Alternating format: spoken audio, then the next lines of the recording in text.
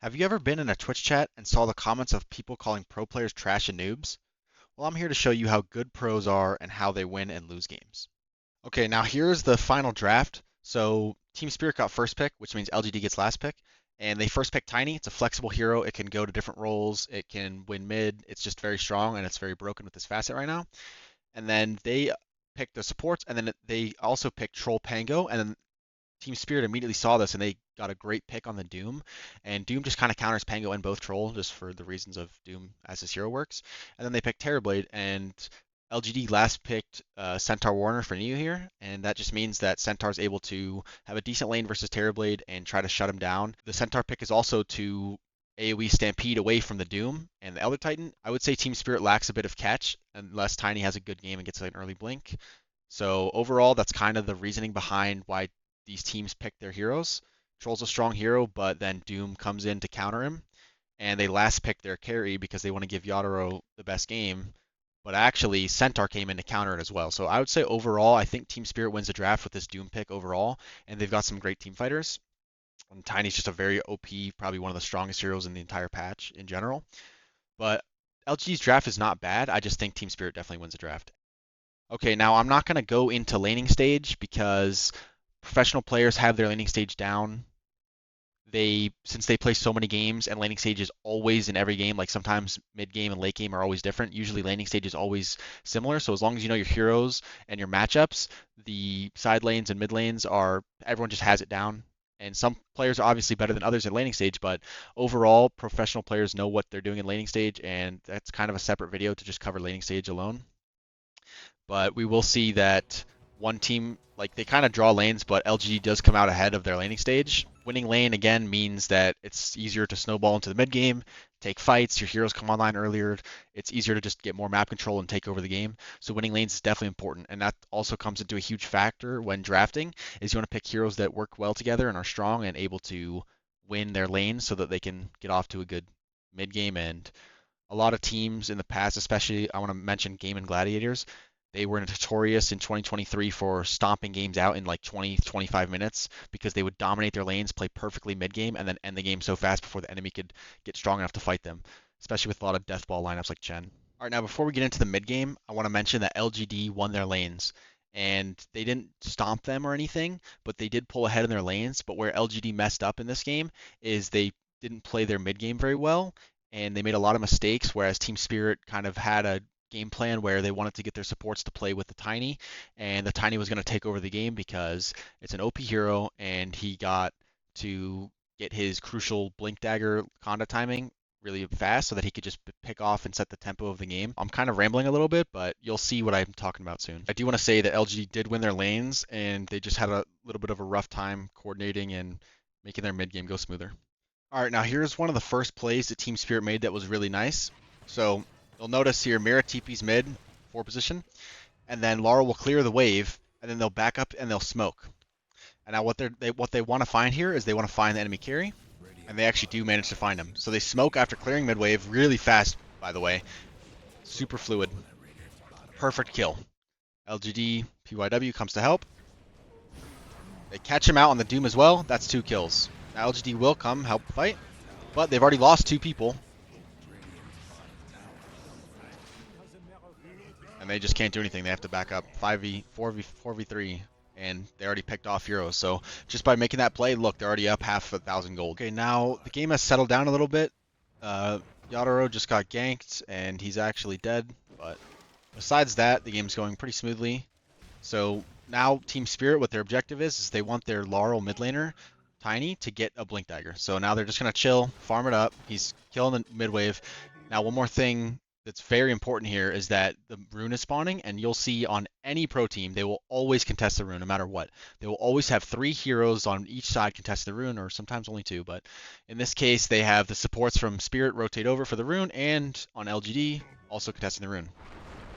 So he will get the rune, and they'll get a nice kill on Phoenix here, and this just, getting the rune is very important because now he's allowed to just kind of chase people down if he needs to, and now no one can fight the Tiny, so he's just going to keep going.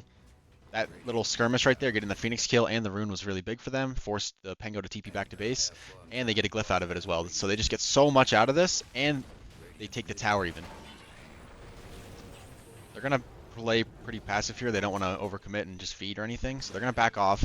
And Larl's gonna finish up his Blink Dagger, and that's just gonna set an even bigger like pace for Spirit to just roll over them, especially because this tiny facet's so broken. He does so much damage. He just needs to get on top of people and pick people off. He's gonna go get the rune again. LGD is not contesting the rune this time because they are weaker and they understand this. And just by some of these small plays that Team Spirit are doing, they're already building up their net worth to be more than the enemy after even losing lanes. Larl gets his blink, blink stun, burst off the Phoenix. Just like the play, simple play like that keeps building the lead. Okay, now after they get the Phoenix kill, they spot the Centaur, take the teleporter up top. So now they're gonna go and run after him. They just know they're stronger. So they're just playing super active. And if this Tiny didn't have what he has, or they had like a different mid laner, like they had some sort of TA or something, they probably wouldn't play as aggressive. They'd play much more passive with their heroes farming. But since they have this really strong Tiny mid laner, they're actually going to go for plays. And now another really nice thing is their offlaner Collapse was actually able to connect because he was already down here previously. Wait, actually, did I just lie? No, Collapse was top because they went for that kill on Phoenix. I don't know. I'm just a liar yapper. Anyways, Larl jumps in, gets a nice Ava toss onto the troll, and now they will lose their Elder Titan, but they don't care. They drew people in here after killing the troll as well, and now they're gonna keep going for more. And they're just stronger. They get these they like start the fights and get these pickoffs because they know they're stronger. And then like this guy on Larl is just owning the game on Tiny. Like the entire game he does this. It's insane. He's just owning. And Collapse was able to help out and get some kills. And by the way, I just want to point this out. All while this is happening, their Terrorblade carry has been free farming the entire game. Look, he's second net worth. Only Doom is ahead of him because he has Midas and Devour. But even the Collapse is safely farming, and the Terrorblade is safely farming, all because Tiny and his supports are running around killing people like psychos. And this is really just what you want to do, especially as a mid laner. If you get that early lead, just tell your supports, hey, play with me, guys. I'm super strong. Let's just go kill people all the time. And this is how you get really farmed, too. He doesn't have his high net worth because he's not hitting as much creeps, but he's making so much space. He's a high level, and he's third on the net worth chart, even while fighting all the time, pretty much. And nuking waves as well. And this isn't meant to be a Larl, like, Tiny guide or mid lane guide, but it just kind of is how it is because he played so well. And this is just how Team Spirit won the game. All right, next, I want to show this clip where LGD gets the Aegis. They just did Roshan. They actually snuck it while Spirit was kind of not in the area. They did it really fast with Troll, and they're kind of like, okay, we have Aegis. We're going to step up a little bit here. And so now what Team Spirit does is they actually decide, hey, we've got good vision. We're still way stronger than them. They might have Aegis, so who cares? We'll just kite the Troll, and we're going to go fight anyways. And this is really smart from Spirit, especially because they have this insanely strong Tiny, and they have this Doom spell that they can cast. So it kind of doesn't matter about the Aegis as long as they kite the Troll. And so now what you'll watch here is, actually, I'm going to go in free camera just so I can kind of show everything that's going on here. So immediately they go on this Phoenix, and sadly Phoenix gets the egg off, but he presses Doom on the Centaur before Centaur can Stampede. So he dooms him. And another thing I want to mention about Collapse, I know I'm kind of going all over the place. He actually had a Midas, but with this facet, he sold it to get a BKB faster so they could fight here, which I thought that was a really cool play. But they're kind of just kiting out the fight. They're playing on the outskirts. They get a nice Doom off on the Centaur. Sadly, Hoodwink gets caught, but she ults actually out. Great Earth Splitter by the Elder Titan here. They're just kiting. Notice how Collapse is not really fully committing. He commits when he has his BK up because he knows he can't really die. And they're just kind of playing on the outside, even though they are ahead and they have Aegis. And then Yatoro comes top. He actually comes up. I think he teleports. Maybe he uses the portal.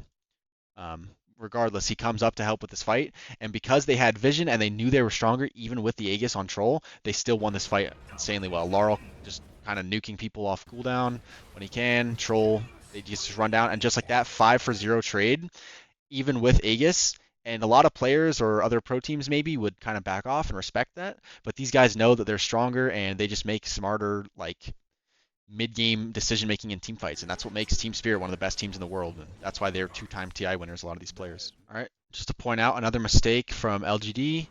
Echoes, the mid laner, decides to defend this tower, unaware that they had 5 heroes bottom, so overall it's not the worst play ever, because he does make a little bit more space for his Troll, because Troll doesn't have any BKB or ultimate, or yeah, his BKB hasn't been finished yet, and his ult's on cooldown. So he kind of just goes to defend this tower. I'm honestly not quite sure why, because it's kind of just a suicide mission. But he does go for it anyways. They do bring him down. Another example. Oh, I guess he had his team smoke behind him, and they just jumped him before his team was really close enough to help. So it's kind of an uncoordinated bait by LGD. They just kind of fed away their Pango for no reason. But this kind of just shows how Team Spirit like knows these things. And Centaur, they actually go in. So let me explain this a little bit better here. LGD actually made kind of a nice play here to smoke up and jump the Terrorblade because they knew they had enough magical damage to bring him down. But why this was a bad play is because they just kind of suicided all their heroes for this Terrorblade. Like obviously Terrorblade's the most farmed hero, but there's still this tiny threat and Doom threat that needs to be addressed. And this the reason why Team Spirit won this game so well is because they weren't relying solely on this one hero, kind of like how LGD are doing with Troll, in my opinion. They don't really have that much damage outside of the Troll and the Pango roll, I guess, is nice, but Spirit is just so far ahead. They kind of really need that Troll's damage, and so taking this fight without Troll and hard committing for a 5v5 is a little bit interesting in my opinion. They do get a nice jump on the Terrorblade and burst him down, which was really nice, but they just cost so much to do it. And then Larl comes in and gets a crazy avalanche toss, kills off the Phoenix. Clockwork's getting destroyed here. Nice Earth Splitter coming in from the Centaur. They don't have Stampede because they use it to come in. So Maposha's going to just kind of run in and destroy him here. Larl, another avalanche, but I also want to point out Collapse's mid lane here while this is going down. He immediately sees it and starts running down so he can intercept some people here. So he actually does find the Clockwork, and this is just what makes Team Spirit so good is because they take really smart engagements, and even when the fight doesn't look so good for them, their heroes rotate over quickly and they make the best of bad situations. Another clip I want to show is that Team Spirit's playing very aggressive and they're going for these kills, but it actually looks really bad for them. So they're in an area with kind of weak on vision here, and they understand that there's all 5 LGD heroes and they respect them and they actually don't want to throw away their game. So this is a really cool play to see how Team Spirit just backed off instead of going for this fight, because it easily could have been a feed sesh for all of them. What happened was they lost their Hoodwink, and LGD kind of backs up. Larl goes in, does some stuff, and then LGD finds the other Titan down here separated. And then what you'll see is all 3 cores on Team Spirit are like, you know what, we lost our supports.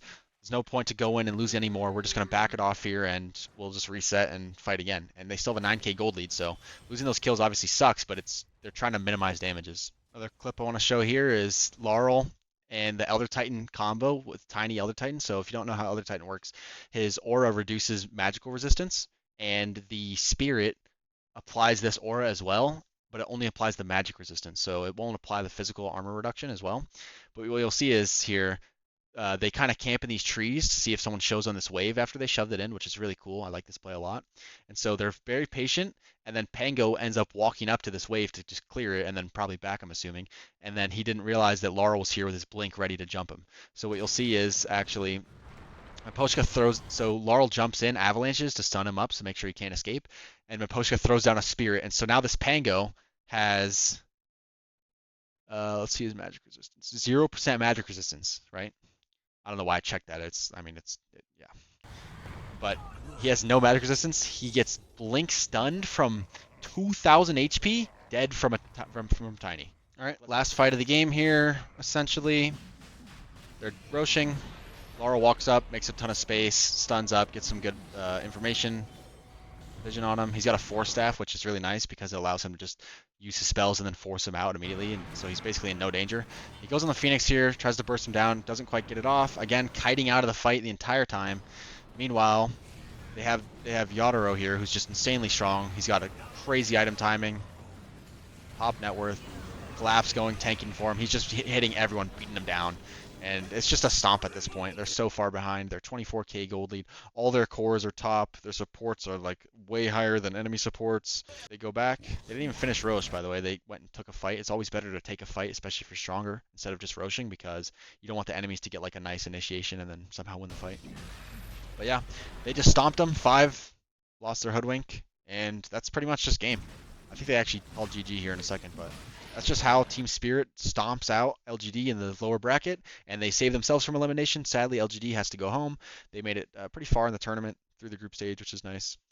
And this is essentially like TI. It's the best teams in the world are playing here, so this really goes to show how good Team Spirit is and how pro players, even like their pro players, they're still very good LGD, all of them, but they just got destroyed because Team Spirit has a better understanding and I want to say like communication and the way they work together, cooperation together.